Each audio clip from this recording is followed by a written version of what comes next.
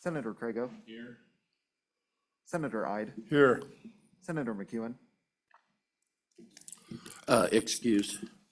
Senator Pearson. Here. Chairman French. Yeah. We have a quorum. Okay. First up is Senate File 195. Mr. President, if you would take it away. Thank you, Mr. And Chairman. Mr. Vice President. Yeah, good morning, committee. I bring you today Senate File 195. Thought about this bill when I was out fighting fire this summer on the Elk Fire, and just spending days out there looking at the devastation and thinking to myself, how are these ranchers gonna recover from something like this, and seeing all the miles and fences being burned up and people calling other neighbors, helping neighbors, moving cattle and horses around, and the cost associated with all that, and people trying to round up hay for their critters. It brought the community together, but it also brought this bill to mind, something that would help people, help Wyoming get back on their feet instantly after a natural disaster. And so round about that time, the hurricane hit Florida, and I saw Governor DeSantis give a press conference, and he was touting a program similar to this in Florida. To basically, he had all the resources ready to go before the storm hit, and he was talking about a bridge loan program. I thought, shoot, that's perfect. I mean, this is exactly what we need. We need money in the hands of small businesses right away, so they can do the things they need to do, whether it's purchase hay, buy fencing supplies, move animals around, replace livestock, and just so they don't miss a beat. Because if you're a business owner and you're not making money for a long period of time, you're out of business. And so the whole point of this program, Mr. Chairman, is to establish emergency bridge loan program for small businesses affected by declared natural disasters, ensuring they can recover and continue operations. I'll walk you through some key provisions. Well, I'll tell you about the key provisions, and I'll walk you through the bill if you want me to. So for eligibility, businesses must be physically located in Wyoming in a disaster declared county, such as my county. You know, for instance, if this were in place during the Elk Fire, the governor could declare Western Sheridan County a natural disaster area, and it would immediately unlock these funds and make them available. Businesses must have been operational before the disaster. 50% owner with a credit score of at least 550 must apply and serve as a guarantor. We'll talk about that in a little bit. Certain industries are excluded, like gaming, lending, and investments. Excuse me, Mr. President. Yes, Would sir. you say the page and line where you're at? Well, I'll so I- walk you through it here. I'm just giving you the brief. Oh, overview overall, of okay, everything, all right. Getting you excited about the bill here, and then I'll hook you with You're good. with the walkthrough. How about that? The terms of the loan, up to 1.5 million per business. They're secured by collateral, which I envision would be insurance proceeds or business assets. So if you have insurance, you can put that up as collateral. So when the insurance finally gets paid out, which could be months, if not a year or so, that pays off your loan for you. Term of the loan's up to 3 years. Must be paid within 3 years, and it's a 0% loan. So that helps get this money out there, and it's better than a grant because it's a loan and you're paying it back. So the funds can be used for, like I said, fencing repair, livestock replacement, building reconstruction, equipment repair, leasing land, transportation costs. It cannot be used for expanding the business. You can't just take a 0% loan out and grow your business or, you know, buy something new. That's not related to this. The administration of the program will be through the Department of Ag.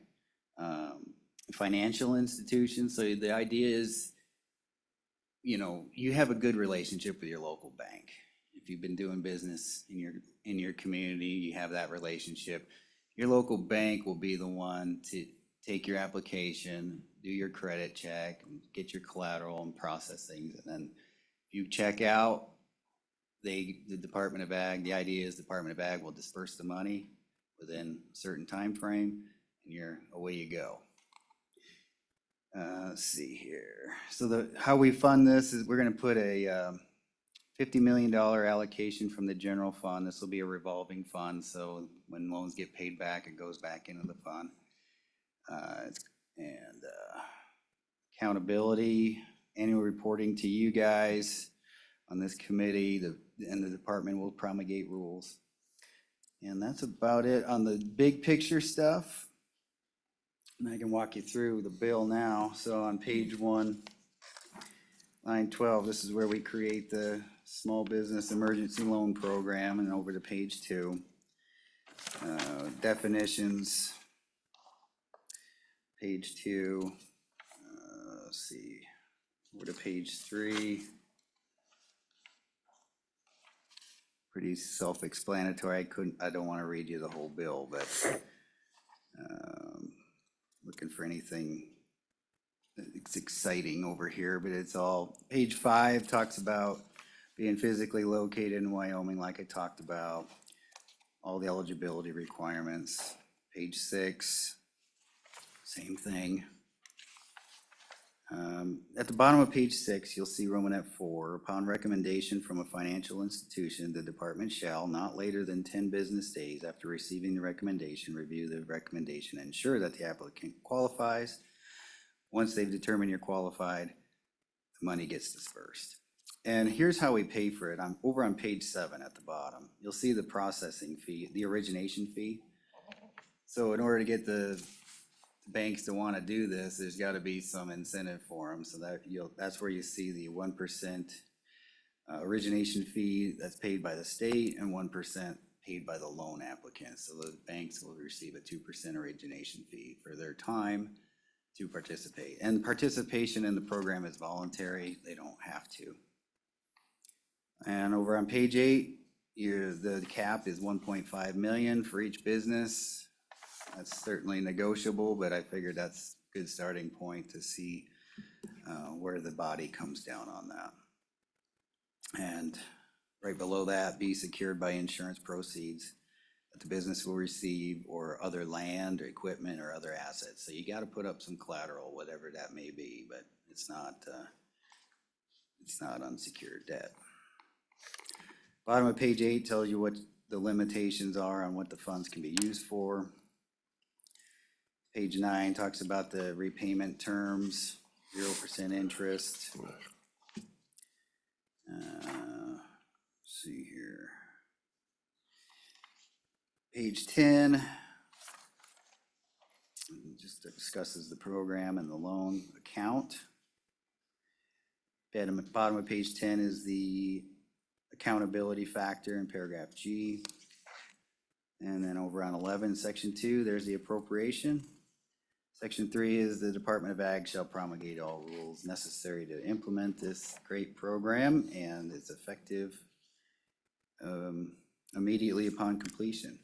So, Mr. Chairman, committee, that's it in a nutshell. I also brought you an amendment, proposed amendment, and I can discuss that at any time with you.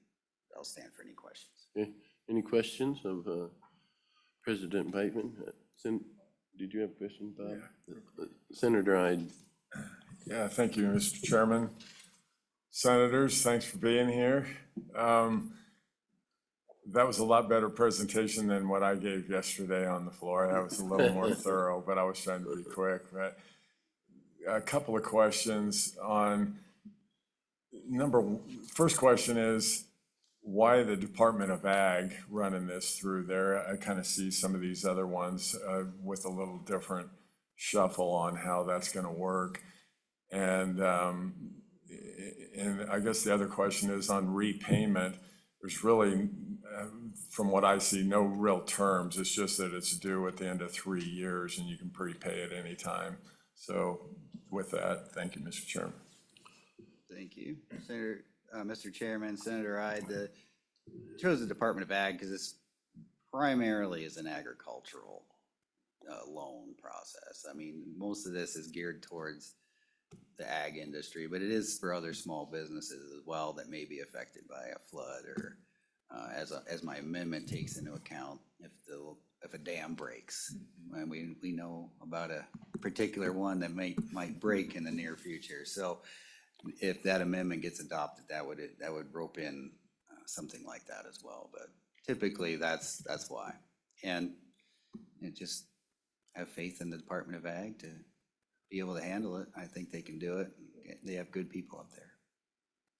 What was the other question? I'm sorry. Just on the, Mr. Chairman, Yeah, go ahead.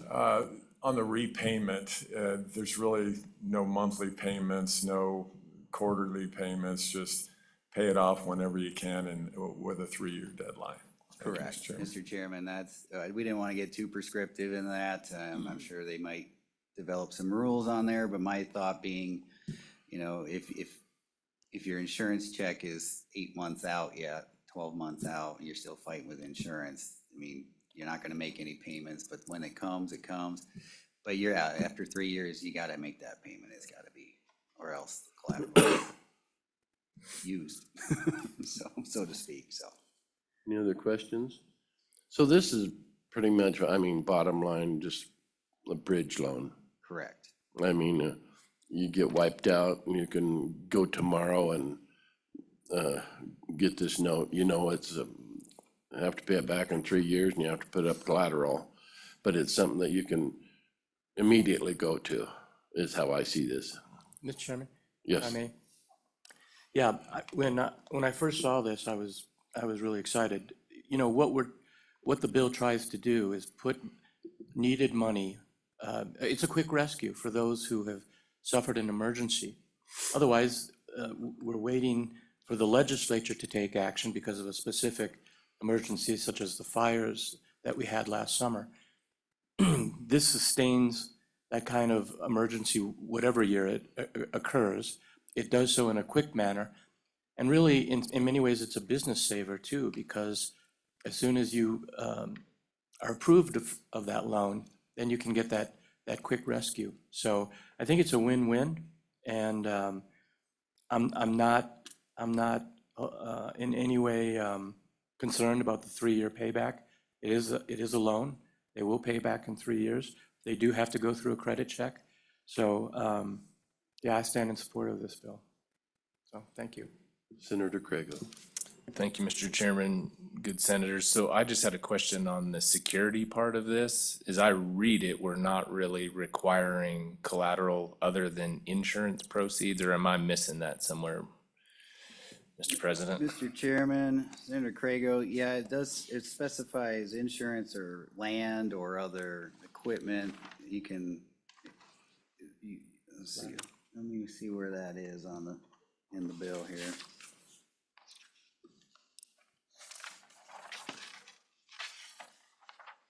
Let's see here.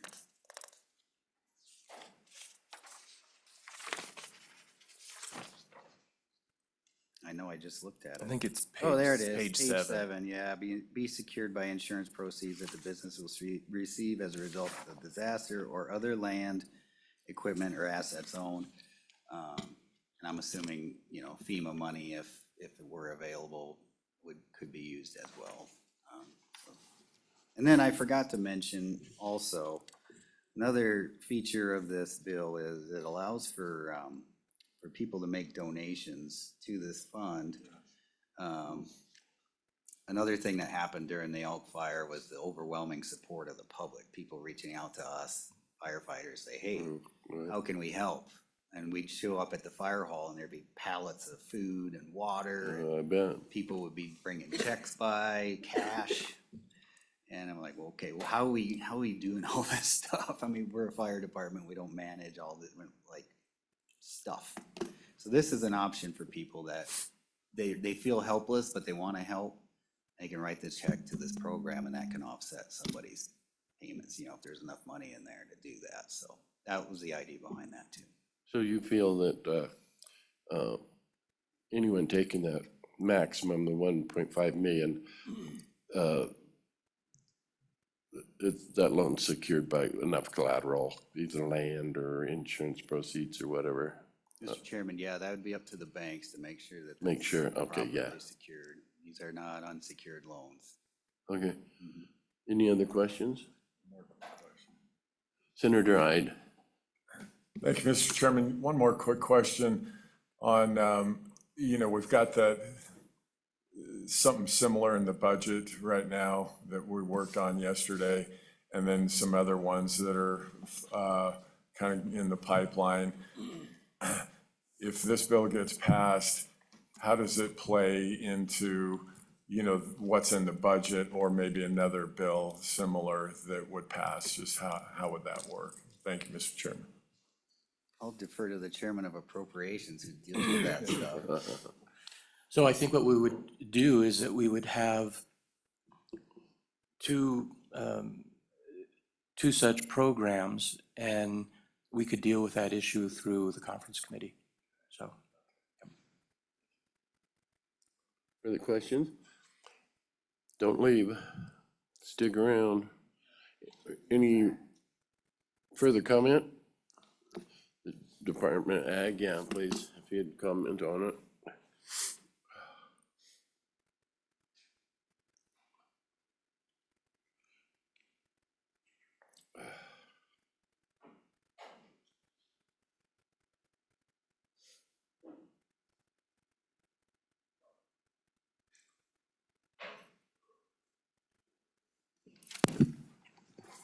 Good morning, Mr. Chairman. Good morning, committee. Doug Miyamoto with the Department of Agriculture. So Senate File 195, this is new territory for the Department of Agriculture, obviously. We would need to gain some institutional banking knowledge in order to promulgate rules, I think, in order to run this program effectively and make sure that we get a set of rules that allow us to implement this as you envision them being done. That would be difficult with our current staff. We've not done a loan program similar to this in the past, but you can see in the fiscal note that we submitted along with this one that we have asked for that technical help. And also one of the considerations that we had was the software programs that would be needed to take applications and track loans accordingly. That aspect of the fiscal note was provided to us by ETS as well. We had consulted them to see, what kind of existing programs were out there within state government. Is it something that we could also adopt? Can you reach out to different banks and kind of ask their advice on how to so you can too big a word for me. Who can get the rules and stuff? Mr. Chairman, the answer to that, I think, is yes. We would be looking at a broad array of expertise to help us with the rule promulgation process. We would want to bring somebody in that has some expertise in the area to lead up the idea gathering. Is essentially, in learning the goal of the program being, we want to provide some amount of grace period before repayment requirements begin. There would be some amount of time, up to 3 years in the loan. You have, your term could be for up to 3 years, but we would want to consider using past experience of the banking institutions about what a repayment schedule would look like and what reasonable terms should be promulgated into that method of repayment. Those types of technical aspects, and then I'm quite sure, but I don't know, that there's quite a few banking regulations that we would have to consider as we promulgate rules for this program. So that's the type of help I think that would be most important for the Department of Ag. This is something that we would come at with a fresh perspective. It's something that I think could be needed. One of the things in the reading through of the bill by the sponsor that I noticed was that he referenced a 10-day notice requirement, or a trigger for the Department of Ag to either accept or notify the banks or lending institutions of a decision by the Department of Ag. My copy says 24 hours, which gave me a little bit of pause. I don't know whether or not that's reasonable for us to do.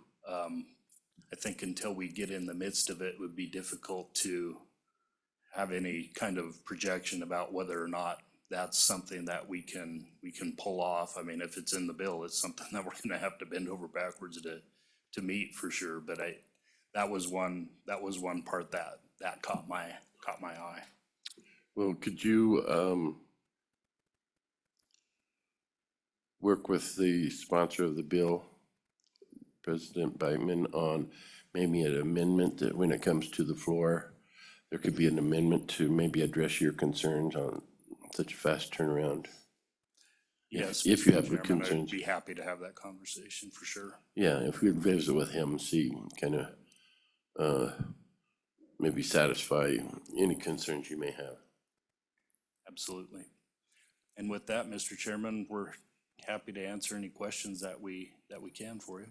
Senator Iden. Thank you, Mr. Chairman. Director Miyamoto. Two questions. How many applicants do you speculate could potentially be applying for this? And the other question is, in the event of default on the 3-year payment, and I assume the bank would be the one to do the foreclosure proceedings since they're originating the loan, where does that collateral, who owns that collateral at the end of, in the event of a default? Thank you, Mr. Chairman. Mr. Chairman, Senator Ide, what was the first part of that question again? Default. Yeah, the number of applicants. A number of Oh, yeah, applicants, yeah, that's yeah. right. Mr. Chairman, number of applicants, I think that's gonna vary quite a bit based on a couple of factors. There are other emergency lending programs that are available through our federal counterparts. Those have not been heavily used in the past. Right now, I think that interest rate sits at 3.75%. This one, as the sponsor brought to your attention, is 0% loan, but it's also predicated on the investment returns of the prior fiscal year from Fund Investment Pool G. And so I think that will drive primarily the participation rate, likely more than any other factor would. So I don't have a good guess for you on how many people would apply. This aspect of critical infrastructure failure is one that we work together on, and it's one that I think could also drive up participation rates. In terms of what we do with defaults and loan repayments and guarantees, the way I read this bill, it is ultimately the responsibility of us as the Department of Ag to write that into the rules about how that will be dealt with. You know, the banks, it looks like, will take the applications and provide us technical advice and essentially give us the forms that they would go through and say we would either approve this loan or we wouldn't for whatever reason. And then at that point, we would be the ones that would execute that loan. We would follow through on the loan, make sure that everything is square and banking regulations are met. But in the case of default or audit, I think ultimately it would be the responsibility of the Department of Ag to write into the rules what needs to be in place for us to pursue those. And we would look at existing examples of other state loans. I would want to take a look at those USDA loan programs and see what's baked into those programs for that type of scenario. I'm not technically familiar today, but that's the type of thought process I have going on in evaluating this legislation. Any other questions, committee of the director? Thank you. Stick around. Might have a question come up. Any other public comment? As soon as Clayton comes back. Okay, we do. We have some takers. Come on up.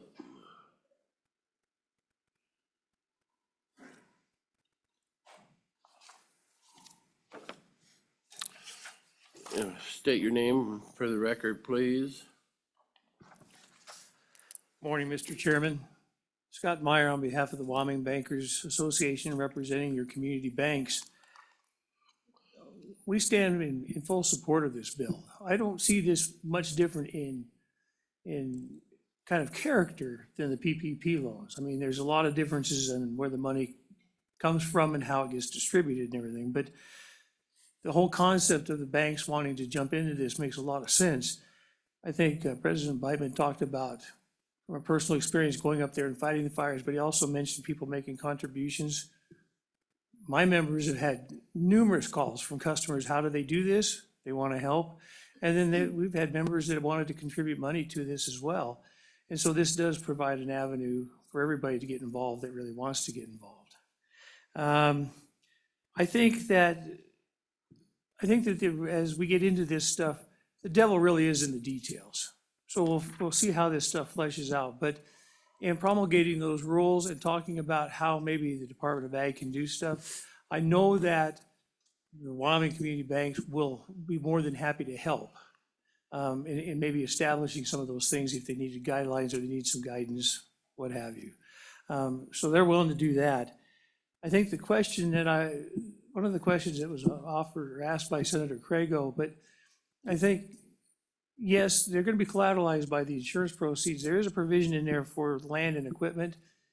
That's not going to be really counted on heavily because most of that stuff is probably already collateralized with the banks, but it certainly is an avenue in case they're not. And so I think that opens that door to allow us to look at that when they're recommending that loan. You know, clearly this is something that if the banks can provide that service and it's not our loan and we don't have the liability, then there's really no downside for Wyoming community banks to do that. Thing on Senator Crago. Thank you, Mr. Chairman. Mr. Myers, so how exactly, I'm trying to figure out if we're not gonna use land, equipment, or other things as collateral because they're already highly collateralized, what kind of insurance proceeds are really applicable? I mean, I'm not aware of any that are guaranteed. Most people, you can't get fire insurance per se. You can't insure your fences for the most part. So what exactly are we talking about as far as insurance proceeds that could be used as collateral for this program? Mr. Chairman, Senator Crago, what I'm anticipating is, as you mentioned, I mean, you get some insurance maybe for property insurance, what have you, but maybe it doesn't cover all of it. But there's also FEMA, there may be other government grants that might be out there. Anything that they can use to secure that. I think that this bill allows for primary insurance, doesn't say what kind of insurance, and depending on what the current administration does with FEMA, maybe that will have an impact as well, but. Follow up. Thank you, Mr. Chairman. So what kind of what's the rate of collateralization on a program like, what would the banks be looking for? Are we talking 1-to-1? Are we talking 1-to-5? How exactly would that work? So we expect, which I'm actually still not aware of any programs because those are grant monies coming in. That's not insurance proceeds. That's something totally different. Right. So we assume FEMA's gonna come in with some money, which I'm not sure, I haven't seen any of that that's gonna go to the good president's constituents or mine either. Now there's some FSA money, but I guess my question is how exactly will that work, right? So we're expecting a payment of 20 grand to one of our good ranchers in our part of the world. How much money can they borrow? Mr. Chairman, Senator Crago, I think that's where I say the devil's in the details on how you do that. If the bank were to come in there and assess the risk, then they would have to look and see what is available and how they would be able to use that as security for the loan. Each loan is going to be different. And so that's where it's going to be dependent upon probably their individual banker, but it might be somebody else as well, but probably their banker that knows that person and understands what they can do and what they can't do. So rancher, farmer, whoever, has a value of, let's say, $5 million. Then they got, the bank has first lien on their machinery and blah, blah, blah, maybe upwards of 2 million. So they have 3 million in net assets. Would the banks take a second position? Mr. Chairman, I don't think that right now the idea of changing the priority on that obligation, if the bank is in first position on saying the acquisition of some property, it'll probably stay there. But that'll be something that will have to be worked out in the rules on how that priority gets placed. The banks are just simply wanting to make sure that they can help in any way that they can. Okay, can you get with the director and President Beitman, maybe the three of you and Vice President Salazar, maybe the 3 or 4 of you can kind of work those issues out, maybe? Mr. Chairman, we certainly can. Okay. Any question? Well, I got one more Yeah, thought. yeah. And this was, Mr. Chairman, this was a comment or a question that Senator Ide brought up, but the banks are going to basically be the one that are the gatekeepers as to the risk assessment. But the state will be making the loan. So if the state has the loan and that individual defaults on it, that'll be something the state takes up. It won't be the banks foreclosing. That'll be something through probably the Attorney General's office. With that, Mr. Chairman, I'd stand for any questions. Any questions? Okay, Good morning, Mr. Chairman, members of the committee. My name's Cindy Delancey. I'm a landowner here in Wyoming, and it was heartbreaking to watch what fellow landowners went through this summer. I think all of us really shared with the grief and sorrow to see the complete devastation of those that are contributing to our number two industry in our state, which is agriculture. I really appreciate the president's efforts in bringing this bill forward. I think, this is a very much, access to capital bill, as you said, Mr. Chairman. Like, in the midst of disaster, people need some access to capital to temporarily, a bridge loan, as you mentioned earlier, Mr. Chairman, to help them stabilize the situation and ultimately stay in business. Based on some of the comments, I think we're overthinking things way beyond what the intent and what the bill says. So this is a pro-business, good governance approach. That's not a grant. It's not a handout. We're not looking to other taxpayers to help right the ship in the moment of crisis. The bill really, as the president says, the bill really does two things. It creates this, ability for the banks to be the gatekeeper. As a landowner, there's nobody that knows my financial situation better than my community banker. And really what this is the money only becomes accessible when the governor essentially turns the fund on based on a natural disaster. So to the questions about how often this is going to be used and the burden on the agency, it is a little bit unforeseen, but it's not like this is something that people are going to be overwhelming, because there's really a check on the availability of this depending, working with the executive branch, depending on the nature of the disaster. So really, just again, kind of knowing that it's not like people are going to be beating down the doors of the department to access this fund, but it is relying on the bankers to have that conversation, to develop, that expertise at the local level with the private sector to assess with an applicant, what is your need, what is your collateral, what is the responsible rate, to borrow, like to take on more debt. If the answer is everything's collateralized and you can't, that's where the process ends. There's no intent, or there's no vehicle to saddle somebody with responsibility other than the applicant here. The state of Wyoming makes loans all the time through the Office of State Loan Investment for first-time farmers and ranchers. Other states have figured this out. I think Wyoming can too. So to address some of the questions, Mr. Chairman, related to why ag and the repayment terms, Mr. Chairman and Senator Ide, again, the Department of Ag felt like that's an agency that many of the people that will be impacted by disaster are very familiar with. The director and his team do a fantastic job working with landowners in this state. Excuse me, Mr. Chairman, as the president mentioned, there is the availability to perhaps open this beyond other, businesses besides ag. But as you can tell, this is a bill for basically landowner option. It's another tool in the toolbox in the moment of crisis. So as far as the repayment terms, up to 3 years. And that would be part of that recommendation, Mr. Chairman, that comes from our our friends in the financial sector to kind of help examine the collateral, examine the cash on hand, examine the circumstances. And the way that this is written broadly is to really help not have a one-size-fits-all approach. At the end of the day, it must be paid in 3 years. So that might be, some people might pay this off when they do get any kind of stabilization or other kind of relief from other revenue sources. They might pay it off early. Others might need a little bit of more time. But again, our community bankers are best equipped to help determine with the applicant how to responsibly take on, encumber their assets or take on a debt based upon the circumstances. If they're out of business, there's nothing happening, and which is what we're trying to avoid here. So by giving a little bit of latitude for grown-ups to be grown-ups and make responsible decisions with their bankers is really what this is intended to. Moving on to Senator Crago's questions, Mr. Chairman, and Senator Crago, related to what insurance proceeds might be available.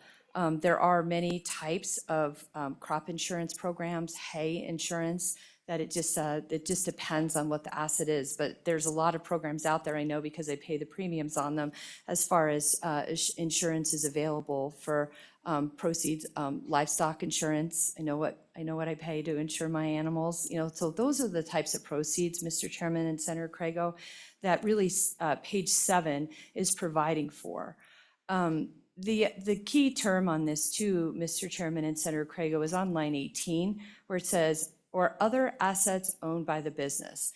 Many of our landowners have had to find themselves in a situation where ag production is not only their single source of revenue anymore. Many of our landowners have to diversify to be able to keep their ranches intact. So, by having the ability for, again, the local banker to be that gatekeeper, as Mr. Meyer said earlier, they really understand these different revenue streams that could be collateralized. As I mentioned earlier, Mr. Chairman, if everything's already leveraged up and there's no security for the loan, then that's where the analysis stops, and it doesn't even make it to the Department of Ag.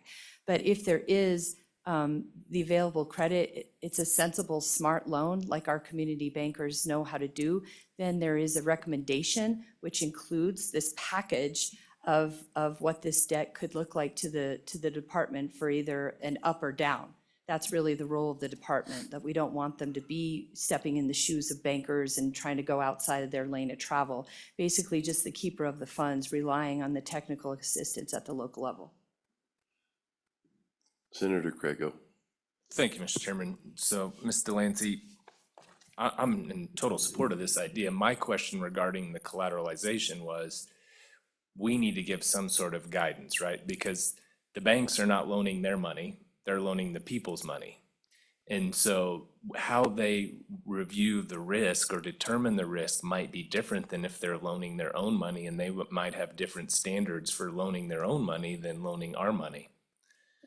And so that's why I was asking the question. I want this to be available to as many people as possible, but I don't know what standards, because there aren't any in here. And that was my question, is some of these, how we use these insurance proceeds as collateral, right? If it's 1-to-1, then the loan program isn't going to be used, because they're going to get the money coming in and pay no interest. If it's something much greater than that, and we're using that as the collateral, which most banks aren't going to use cash as a collateral on a 1-to-5, most likely, or whatever, an 80-to-20. I'm just trying to make this as useful as possible for the folks back home, and that's why I was asking the question. And if we could get, because we may want to include something like that language in here. I don't know, because that's going to be a policy choice for the body. Otherwise, the Department of Agriculture over there is going to be really wondering what we want them to do and how much risk we want to take on as essentially the bank.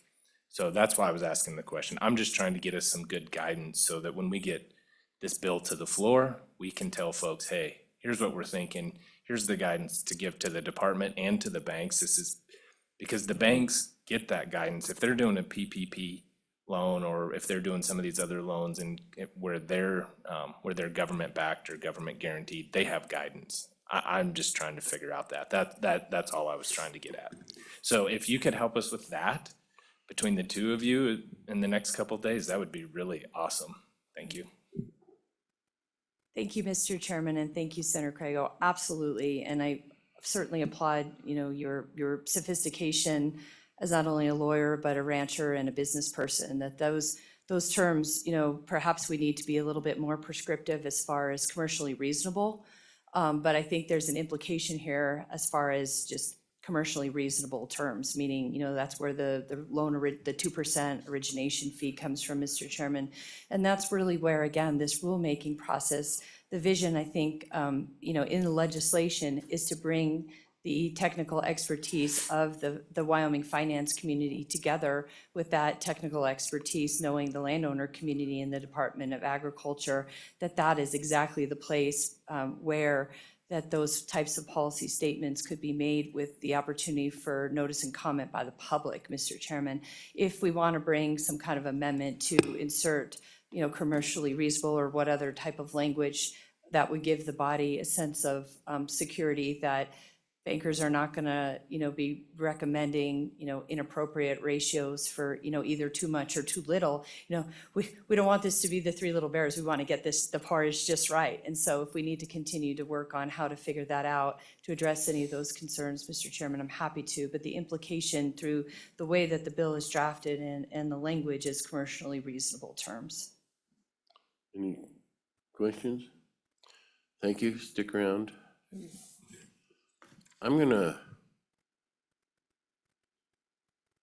be a bad guy here. I know this has to be the governor declare a disaster, right? Well, as a small operator, I can only insure my malt barley crops for X amount for hail damage. And I've had hailstorms come through and 100%. Totally wipe out 300-400 acres of malt barley.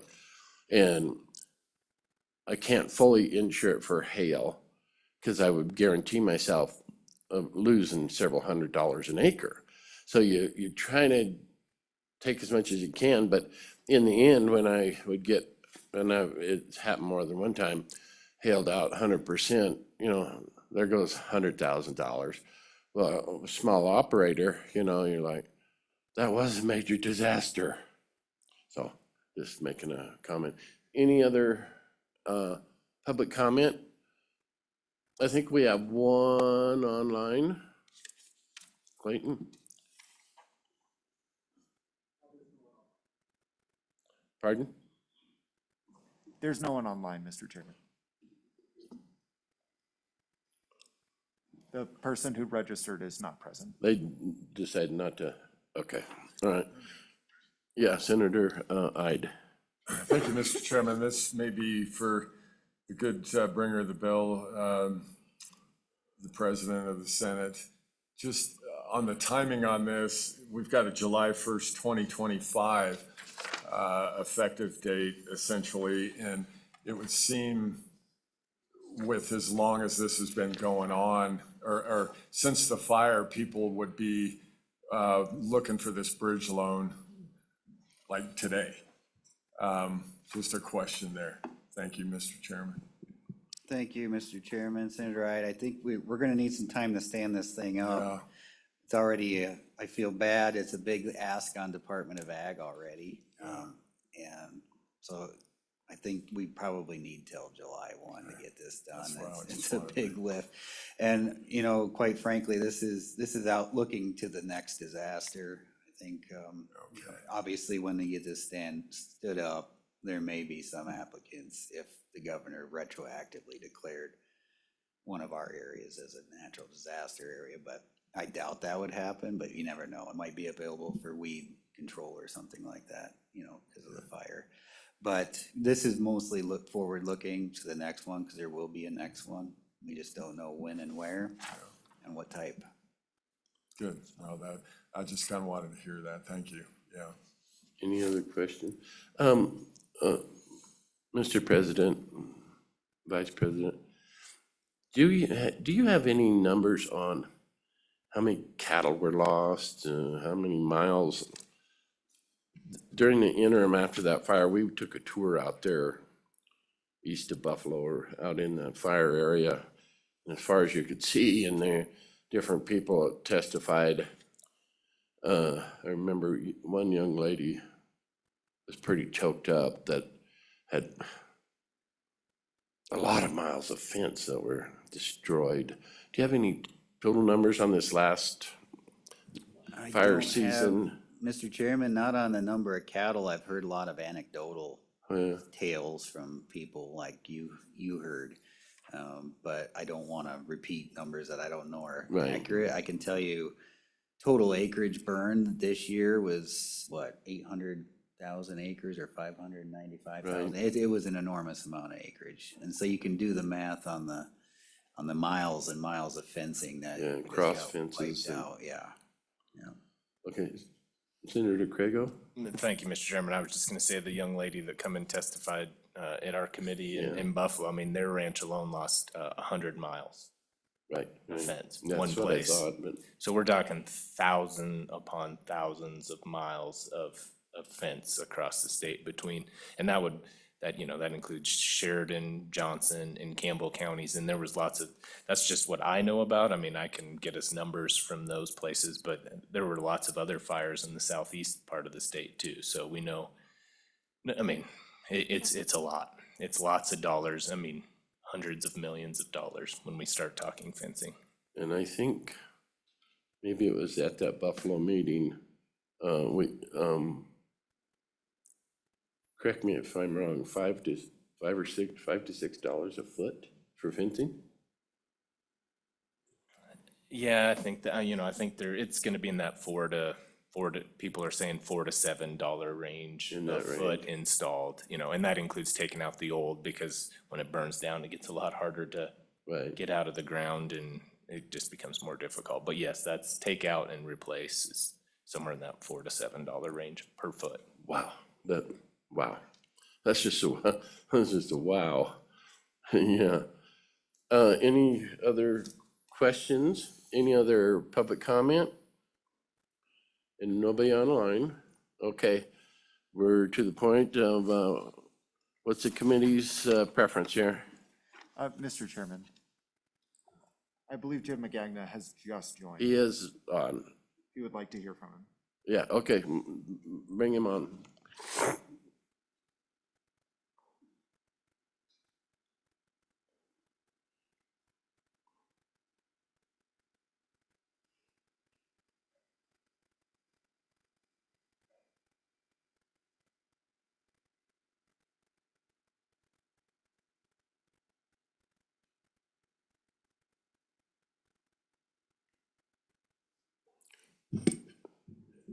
Jim, can you hear me? Yes, Mr. Chairman, I can. Okay, go ahead. Well, thank you, Mr. Chairman. I had actually signed up for the next bill you'll be considering, but given the opportunity, I would like to offer our strong support for this bill. And I had the opportunity to work with President Beitman as this concept was developed, and we think it's a common sense approach to this that recognizes that the expertise in the banking community that exists can be beneficial to a state program rather than repeating that at the governmental level. I think that's one of the standout features of this. And while I recognize there may be some details to be addressed that Senator has raised, we think this is a solid program that can work well in Wyoming for future disasters, which are almost inevitable and likely to happen in the state. So I won't take up more of your time on this item, Mr. Chairman, but just would offer our strong support for the legislation and the concept that it represents. All right, thank you. Any questions of Mr. Magagna? Thank you. All right, we're to that point. Committee, what do you want to do? Move it, Bill. Been moved by Senator Ide, second by Senator Craigo. We have an amendment.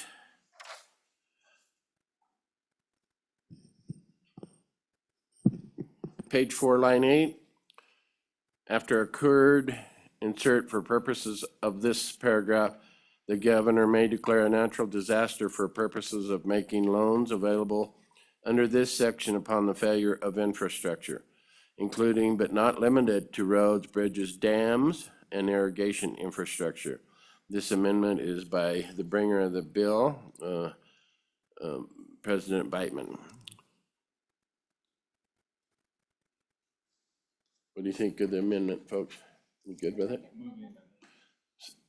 The amendment's been moved by Senator Crago, seconded by Senator Pearson. Those in favor say aye. Aye. Opposed? Okay, that amendment has passed. Are there any other amendments for this? I should back up a little. Public comment is closed, but any other amendments to this bill? We don't. Yeah, Senator Pearson.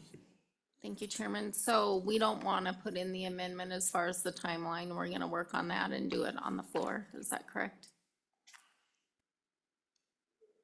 Okay, thank you. All right. Any other comments? Clayton, would you call the roll, please? This is a roll call vote for Senate File 195 as amended. Senator Crago, Aye.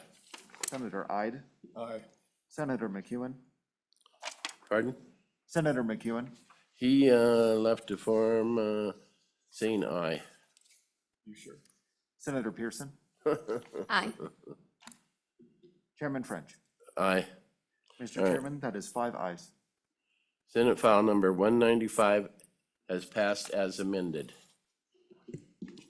All right. Next up is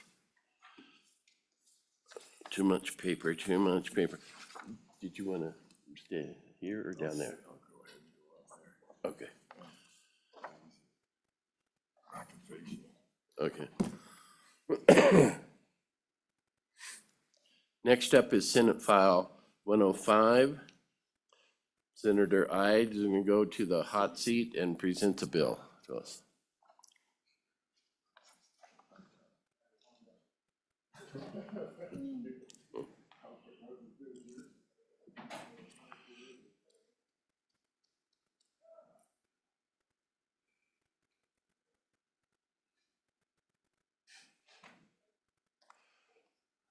When you're ready, Senator Ide, take it away.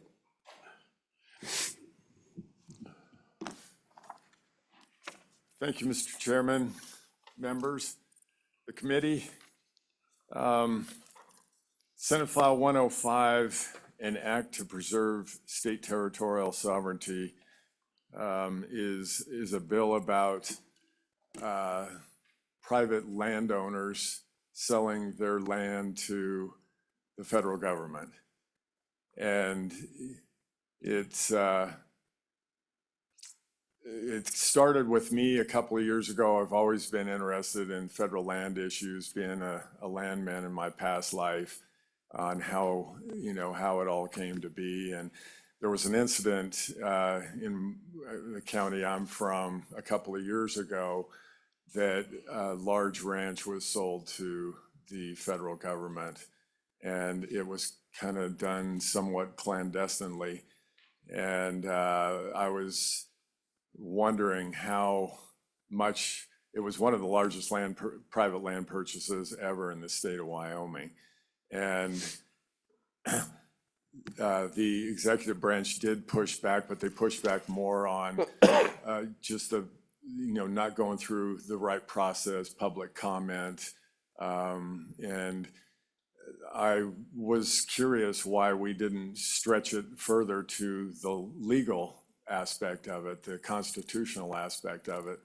And that's what essentially drove this legislation here, is to see what the law says on the federal government purchasing private land. And I've studied it a lot, and over the last couple of years, I've studied it extensively with a lot of experts, so to speak, on this issue. So that's the reason I'm bringing this bill effectively, or for the most part. And I'll just walk you through the bill here real quick and explain what this bill does. You know, page 2 sort of just gives definitions. And then on page 3, let's see, let's go to the bottom of page 2. To acquire consent, let's go to line 16 on page 2. It says, no person shall sell or transfer real property in this state, in this state to the federal government unless the person acquires consent from the Wyoming legislature. And where that comes from is Article 1, Section 8, Clause 17 of the U.S. Constitution. And let me just read that to you here. Just, you guys have probably all read that before, but I'll just bring it out. I've got it here somewhere. Yeah, I think I left it up there in my other spot.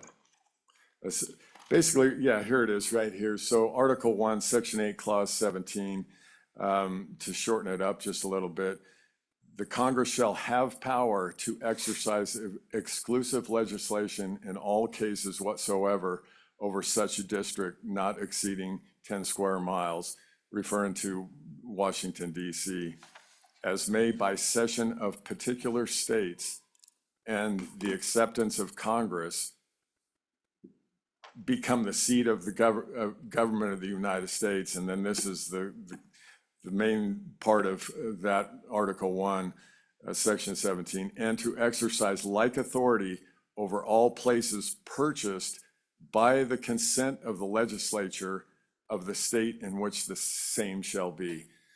So our founders, you know, they foresaw what would come. And if the government wanted to buy more land within the states, they need to get that consent from the state legislature. And essentially, the rest of that says, and only for military installations for erection of forts, magazines, arsenals, dockyards, and other needful buildings. So they were foreseeing protecting, you know, state sovereignty.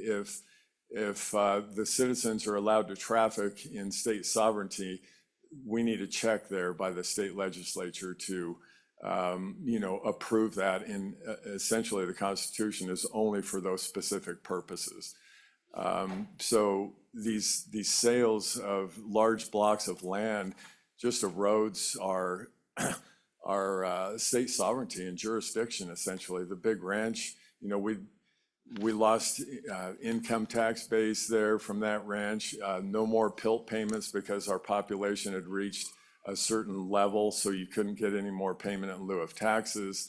And, you know, and it could continue on and keep shrinking. I mean, half of our state right now is, half of our surface is owned by the federal government, and, you know, 70% of our mineral estate.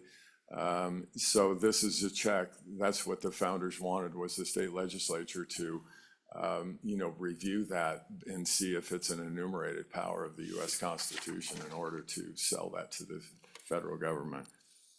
Going through the rest of the bill here. So essentially what it does is if somebody's wanting to do that, you know, before they get a binding agreement, that they bring that to the legislature or the management council if we're out of session, and they can review and see if it is constitutional or not. I know some of the, the military side of things with Guernsey and Warren Air Force Base, this would protect them too. I mean, because those are military installations if they want to expand those, but they would still need the consent of the legislature, essentially, is the way the U.S. Constitution reads.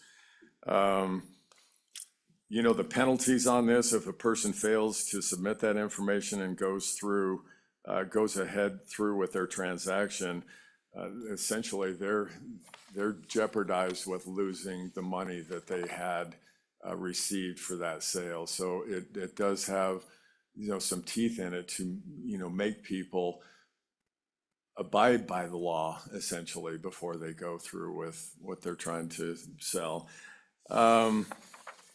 Anyway, that's the crux of the bill, not to, go through it word by word. You can read it there. It's a pretty short bill. Few statements I'd like to make here before I finish up is, the actual constitutional relationship between the United States and the land within the states was intended to be limited to the furtherance of some specific delegated Article I purpose.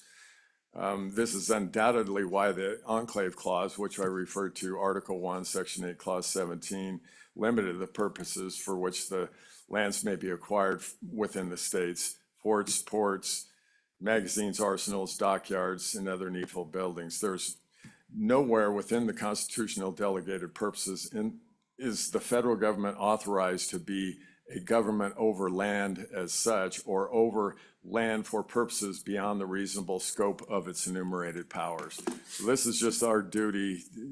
We swore oath to defend and obey the Constitution. Its governance over land as such is exclusively the province of the states, whose very existence defined by the extent of territory within which they may preside as the sovereign. So that comes from a lot of experts there. Back again, I just want to reiterate the enclave clause. That's Article 1, Section 8, Clause 17, provides by specific and unambiguous words the only means by which the United States may constitutionally acquire title to and commence exclusive governance over the land within the states. So this bill is pretty simple. I mean, it's just following that one paragraph, those few sentences in our US Constitution. And I don't want to, the purpose of this bill is not to impede or otherwise condemn federal land purchases within the state. The bill is to inspire judicial and legislative will to restore the state of Wyoming to its constitutional role in these purchases. That's all I'm trying to accomplish here with this bill. So I'll stand for any questions. Thank you, Mr. Chairman. Thanks, Senator Ide. I have a question. Yeah. So you may have mentioned it, but let's say I own land next to F.E. Warren base here in Cheyenne, and they want to buy 10 acres from me because they want to put up a missile battery or whatever they want to do. I have to go before the legislature or the management council to get their approval to sell that to F.E. Warren. Is that correct? Mr. Chairman, that's what the law says. That pure and simple is that in that instance, the Constitution is sympathetic to that. That's for military installations, and they would, at that time, if the legislature agreed with that, they could purchase that. They'd have full, sovereignty and jurisdiction over that particular 10 acres that you're referring to, Mr. Chairman. Thank you. So it wouldn't say no to me. I mean, I'd have to go through another process through the legislature and management council to get that approval to do that. Mr. Chairman, that would be right. And the bill reads in there, the mechanism for that is to bring that agreement, before it's binding, to give it to LSO. That's the process, and LSO would, get the management council together, or if we're in session, the legislature would be able to approve it at that time. Would it be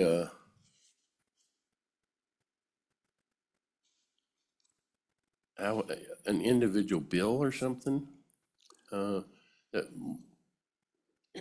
Or would it be LSO bringing it to the legislature and say, hey, so-and-so wants to sell 10 acres to the military base for expansion of whatever they need to expand? Mr. Chairman, that's the way I would understand it.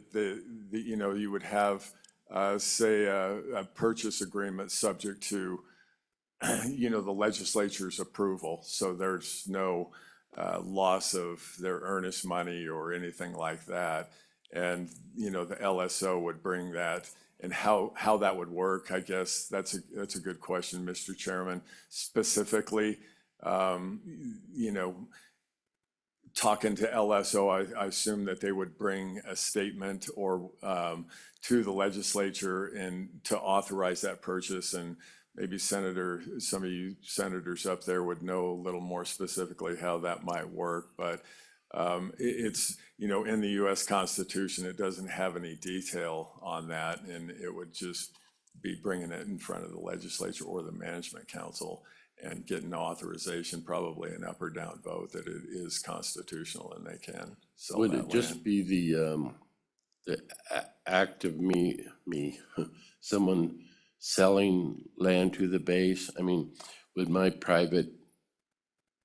rights to privacy on the dollar amount, you know, that I sold it to the base, say, is that my rights protected there, or does the whole world get to know what I sold it for?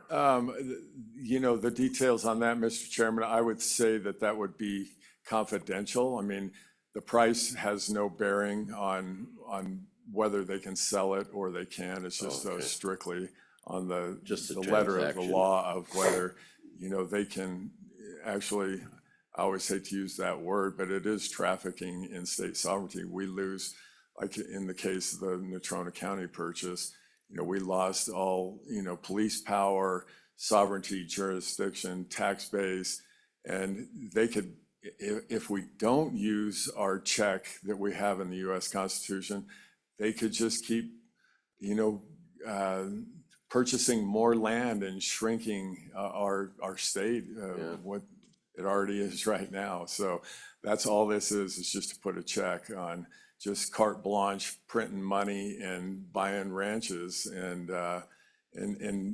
for not enumerated purposes that the Constitution has in it.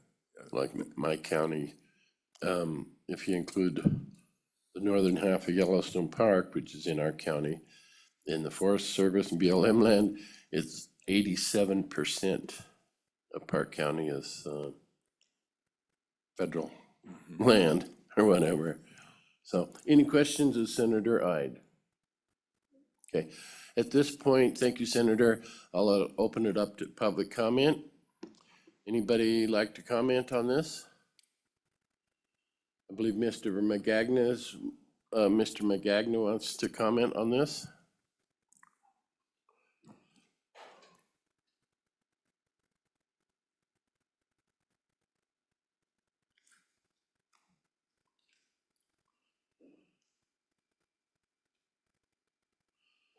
Can you hear me, Jim? I can, Mr. Chairman. Thank you. Yeah, go ahead. Okay, thank you, Mr. Chairman. Jim McGagnon with the Wyoming Stockgrowers Association. We have long-standing policy in our organization against any increase in federal land ownership in Wyoming. We think it's a critical issue. So we're aligned with the intent of this legislation, which is to keep that from happening. At the same time, I have to tell you that we would be strongly opposed to this bill as it is drafted, because we feel that as the presenter has pointed out, it's the federal government that is violating our principles by acquiring land in the state and not turning over some of the land we have. Yet the nature of this legislation is that it would be the private landowner who is the one who pays the price for that. And we think that that's not appropriate. We would be supportive of a legislation that would say that before a private landowner sells land to the federal government, they have to give notice to the state, perhaps a 30-day period or something, and the state then has the opportunity to look at other options to persuade the federal government not to take their action, whatever those would be. But to say that the private landowner who's exercising a private property right that is fundamental to our state and to our nation, that they are the guilty party if they don't get prior approval from the state, and then such an onerous penalty that they stand to lose the entire amount of the value that they receive for their property, is just something beyond what we can support at this point in time, even though we concur with the objective. So with that, Mr. Chairman, I'd be happy to take any questions, but would urge you not to move forward with this bill and to provide an opportunity perhaps that we can look at other ways to address this important issue. Thank you, Mr. McGagney. Any questions for Senator Ide? Thank you, Mr. Chairman. Thank you, Mr. McGagna. Your comments are well taken there, but the federal government is not, with a lot of things, not following the Constitution. And so it's incumbent on us as a state to preserve our state sovereignty. And the only way to do it is to the people of this state. If we don't put it on the people of the state and the federal government, they'll continue to, just purchase more land without an enumerated purpose. So I think it's good for the people to know that if they are considering selling their land to the federal government, and the federal government, the title companies, they'll know. I mean, if this bill becomes law, the title companies will be tracking this thing, and they'll know if there's a contract that comes through that is unconstitutional, or there's a statute, that they're going to have to, flesh that out and say, we can't really insure the title to this because it violates state law and the U.S. Constitution. So this is a mechanism that we can use to hold the federal government accountable because they're not following the Constitution. Thank you, Mr. Chairman. Any other questions of Mr. McGagna? Do you have any other comments, Mr. McGagna? Just one, and I certainly respect the comments of the bringer of the bill, but again, it to us, we're in order to enforce our constitutional principles, we're putting the burden on the private landowner, where with proper notice, the state should assume that burden. And if they can't convince the federal government not to acquire a parcel of land, then they should take the necessary legal actions based on our Constitution to challenge those. Just one other thing I would point out that is of concern as well. This is bill as it's drafted is not just about the sale of land. It applies to any easement, any rights of way.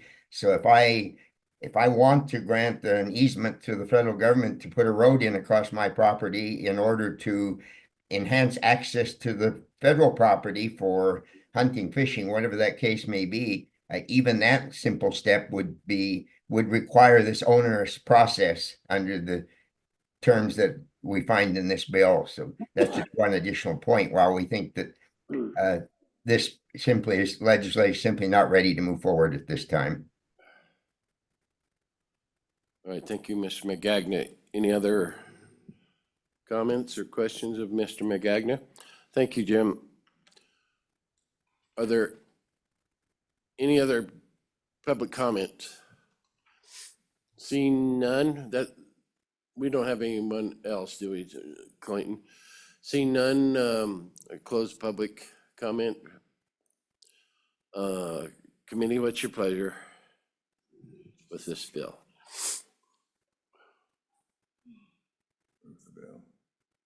Bill's been moved by Senator Ide. I'll second it.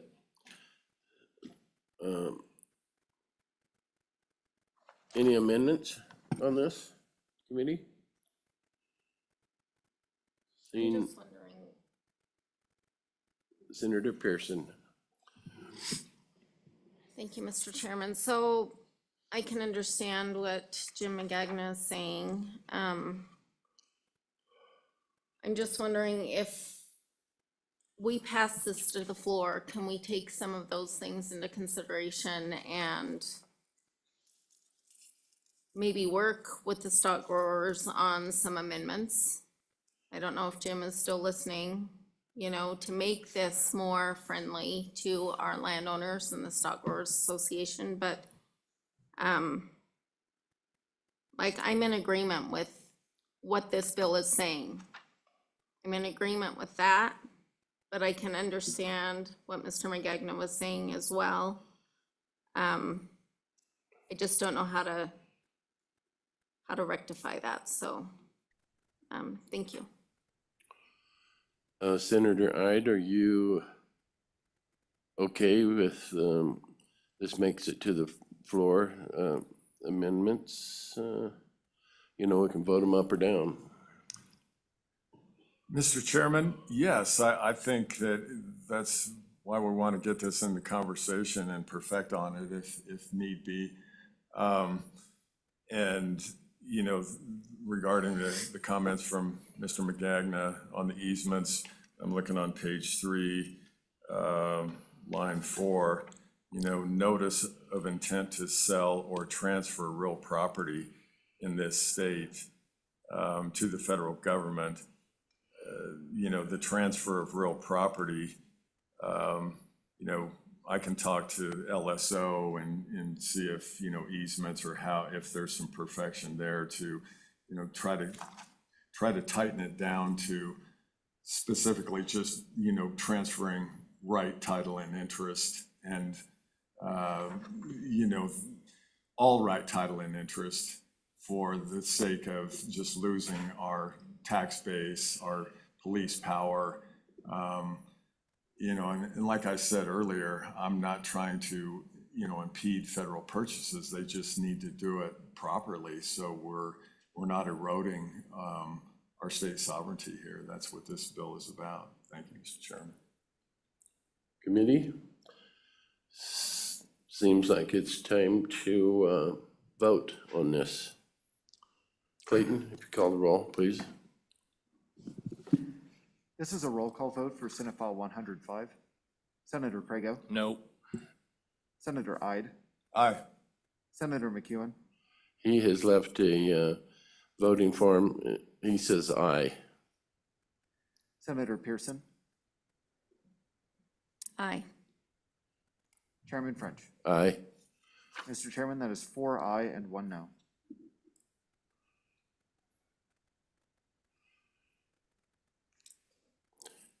That's it. I don't see anything else coming before us. Thank you, committee. The Ag Committee is adjourned.